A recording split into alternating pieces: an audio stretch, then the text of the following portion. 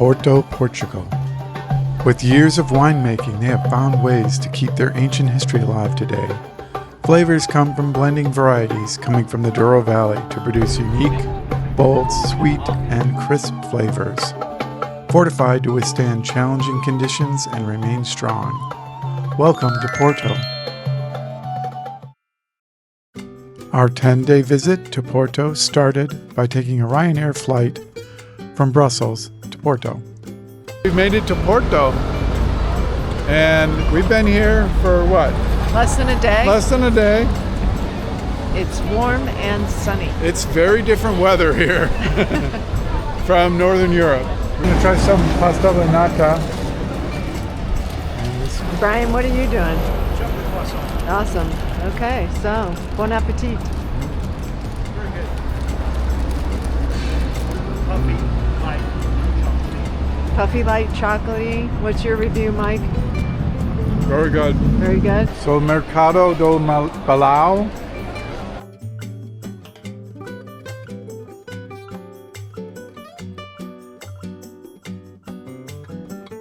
Taking a Drew here with all the tinned fish.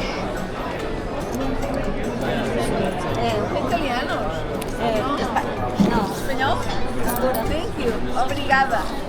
So charming. Look at it. It's beautiful.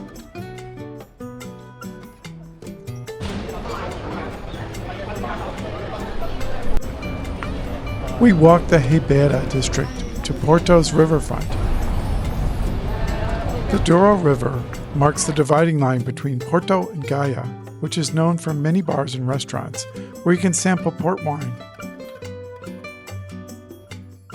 After a quick walk across the Dom Louis First Bridge, we were ready for our first taste of port from Porto. The boats that you see are the habelu, traditional wooden boats that used to ferry port wine down the river. They mostly carry tourists today.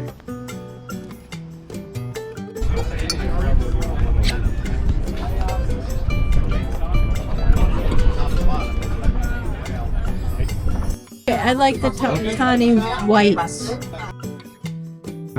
Really like the tawny, and I think it was for the reasons that you said, Mike. It really kind of was on its way to like a whiskey or a refined bourbon. The next day we attended the Braga Romana. Founded in the 1st century, Braga Augusta was one of the most important Roman cities in the Iberian Peninsula. Today, traces of that past still exist beneath Braga's streets. Braga Romana brings this history back to life through a large-scale festival. Our highlights included the Roman markets and street food, military demonstrations, civic and religious reenactments. Unlike many historic festivals, Braga Romana is deeply rooted in the community, with locals actively involved in recreating daily life from the past. It's good. It's good. You want to try it? Cute little glass.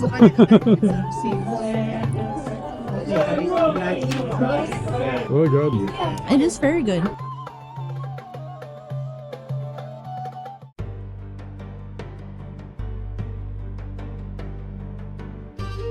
We visited the Roman Thermae of Maximinus, archaeological ruins of a large building housing the baths and a theater, built mostly during the 1st to 3rd centuries. This area has been excavated over the past 50 years, but much of the site is still unexplored.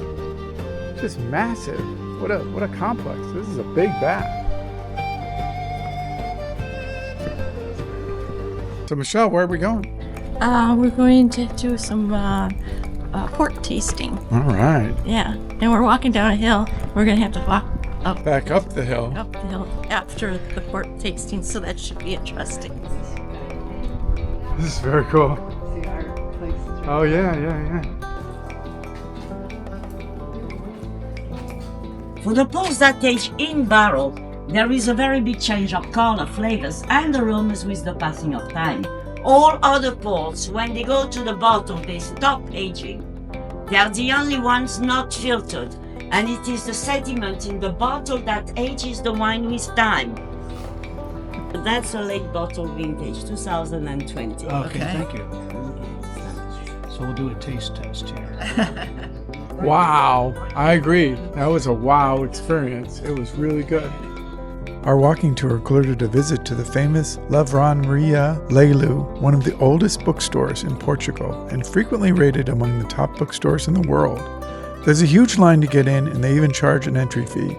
The architecture is quite whimsical, with a huge staircase extending from one edge of the second floor to the other. This is a really cool bookstore. It's very crowded in here, but it is really super cool. So what do you think? Is it the greatest bookstore? Oh yeah, we're reading that book right now. I just finished it. And Michelle's reading it.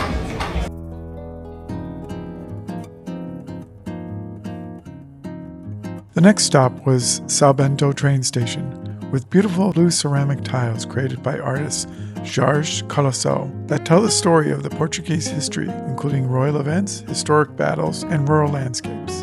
The maiden on this wall stares back with an eerie gaze that seems to follow you around the room.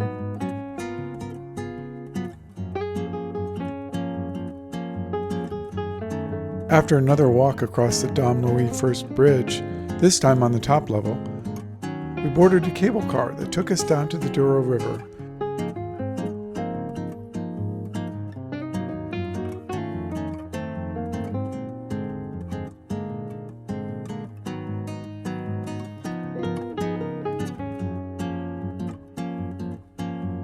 Where we boarded our own habelu for a journey on the river.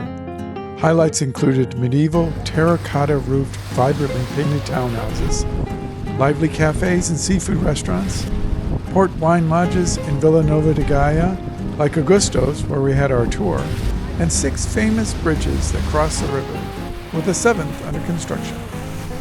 You enjoying the boat ride? Yes, we are. Very much so. Cool.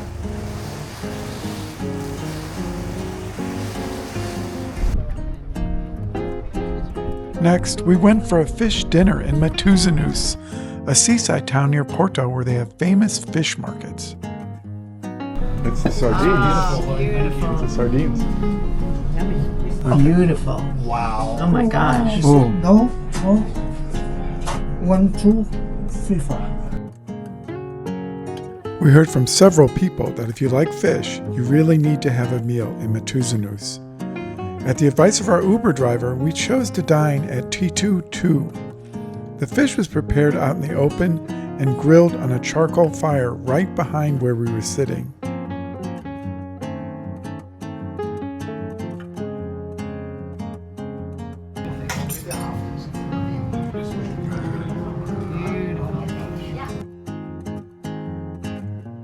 Okay, I think we won. From sardines to sea bass, that was awesome. It was just an awesome meal. Like, I loved it from beginning, and you know, the wine was also very good. I mean, everybody up and down the street, all the vendors were grilling their fish right out in the street. That was so good. Yeah, fantastic. And we started with sardines, which I never thought I'd see this man eat. But everybody ate them, and everybody loved Liked them. Yeah, really, it was so good. Delicious. Not a canned sardine. It was a grilled. No. That sardine was swimming in the ocean like maybe yesterday. Maybe this morning. Maybe this morning. And the sea bass too. Oh my gosh, it was so tasty. It was so meaty. There was no bit of fishiness taste to it Not at all. whatsoever. Not at all. And it was so good. We are in the Douro Valley, Yeah. right? Yeah. So this is where the port wine comes from. The grapes for the port wine come from here. We're at the Santa Julia wine state.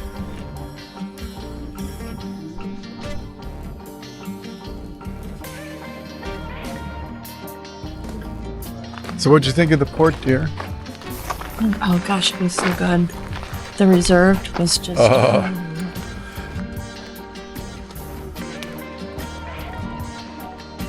After touring the beautiful grounds of the Santa Julia wine estate, we had lunch and then headed to the Douro River for another boat tour, but this time in the area with the vineyards used to create the wines we tasted.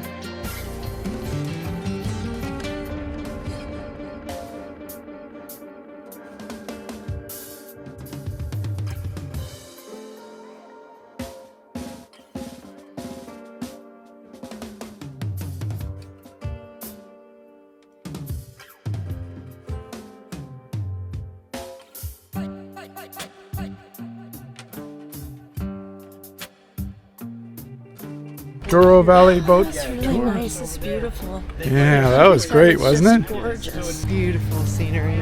Absolutely. After the boat tour, we had time for one more wine state, Quinta da Faz. Our tour included a visit to the room where the grape stomp occurs at a harvest time. It was decorated with gorgeous blue tiles and with wine aging in oak barrels. Our tour guide led us through the processing of the grapes that occurs in this room. It sounds like a labor of love. At the conclusion of the tour, we sampled the Da Faz wine collection with a stunning view of the valley and river below. Say goodbye to the Douro Valley. Yeah. Unfortunately, it's so beautiful. Oh my gosh, it is so beautiful, and the wine is so yummy. We may have left the Douro Valley behind, but I have a new appreciation for Portuguese wine, which I will take through the rest of my life. Thank you, Douro Valley. Our trip to the Douro Valley also included a visit to Amarante, a charming village in the hills of northern Portugal. Gonzalo de Amarante, a 13th century Dominican priest and hermit, is highly revered in his hometown. Pope Pius IV beatified him in 1561, allowing the title saint in regional tradition. He is popularly known as a matchmaker, and his impact on fertility is celebrated with interestingly shaped pastries. Seen clearly in the inset, we spent our time in the church praying for the needs of family and friends back home. Next up, we travel to Ferrol, Spain, where we start our 70-mile trek to Santiago de Compostela.